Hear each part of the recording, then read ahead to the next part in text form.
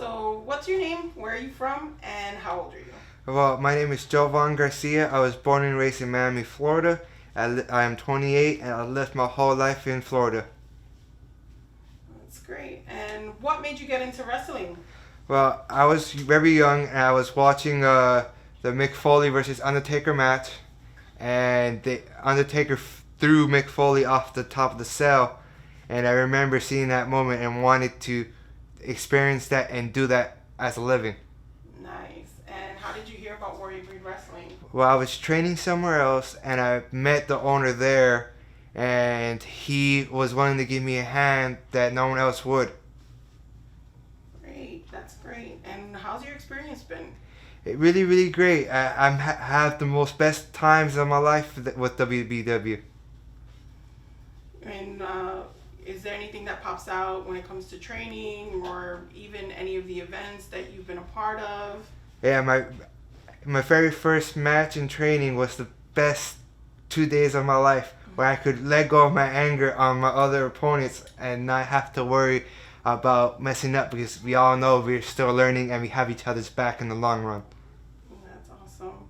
And how has this situation with COVID, how's that affected as far as for your training and It's very sad. It's because all this social distancing, I can't do what I love to do, and I can't release the angers and issues that I have from the outside world in the ring without having anyone there because everyone's so afraid of this COVID-19.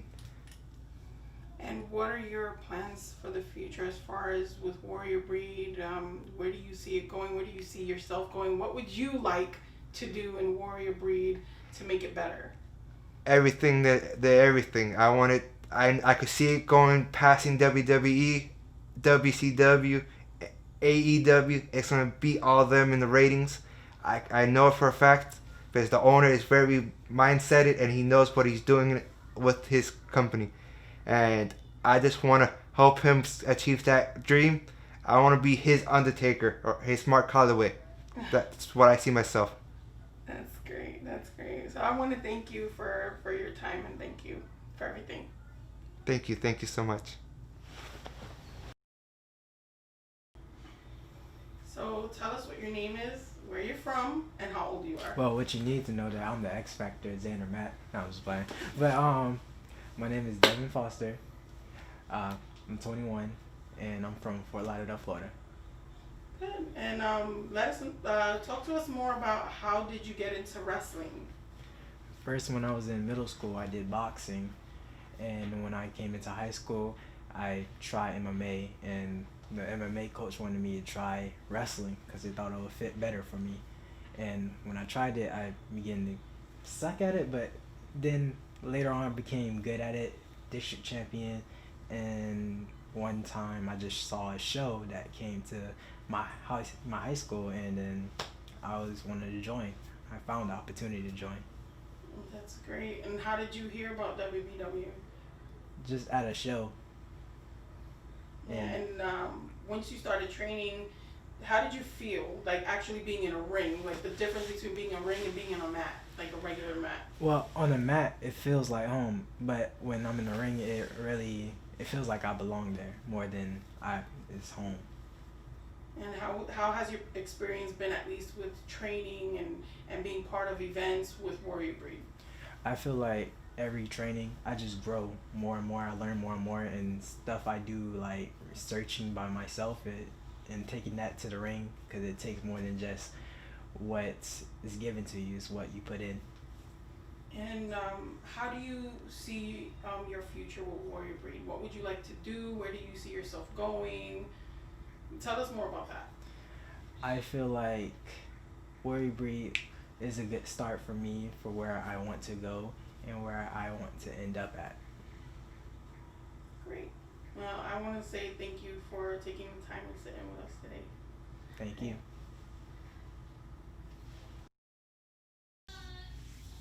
My name is Alexandra Del Val, and I'm the CEO of Warrior Breed Wrestling.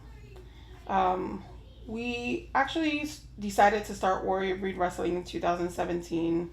Danny was training at another place, and things didn't work out for him. So the next step was to let's just start our own thing. And just around that same time, we ended up getting a ring from a friend who was selling his ring. And we also found a place at the same time. So it's just weird how everything kind of came together. So we would say it was fated for us to have Warrior Breed Wrestling. At the time, I wasn't really training for a long time. I had only been training for about 2 years at that point, give or take. And Danny had been training since we were living in New Jersey. So he had a lot more experience than I did. But what I did was I took charge of most of the administrative stuff and helping with contracts and agreements and things of that nature, and trying to recruit people to come, which at first we had a decent amount of people. And even losing the facility that we started in and then going into our backyard, even doing that, we ended up with 10 people.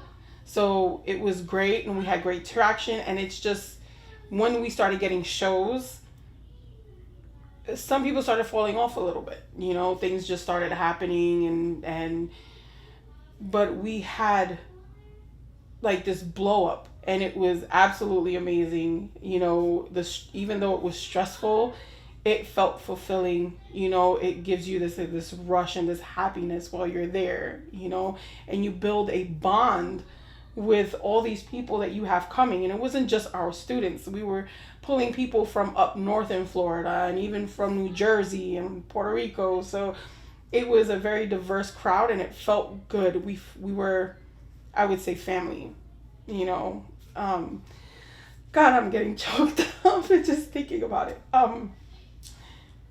But we lost our space, and we started just trying to find new place to train, and we found a new place, and we started doing shows there, and you know, and that kind of fell apart as well, not due to our lack of trying to make things work, because we've always had this drive to make it happen, especially Danny, who this is his dream and his baby per se. But we've tried to do our best to bring Warrior Breed back, and in our downtime, which has been a little over a year now, he has managed to invest a lot financially and just his time and work ethic to make this happen. And then that's when COVID hit, you know, and even still with this happening, he continues to work his 2 jobs and put money aside and invest in the company.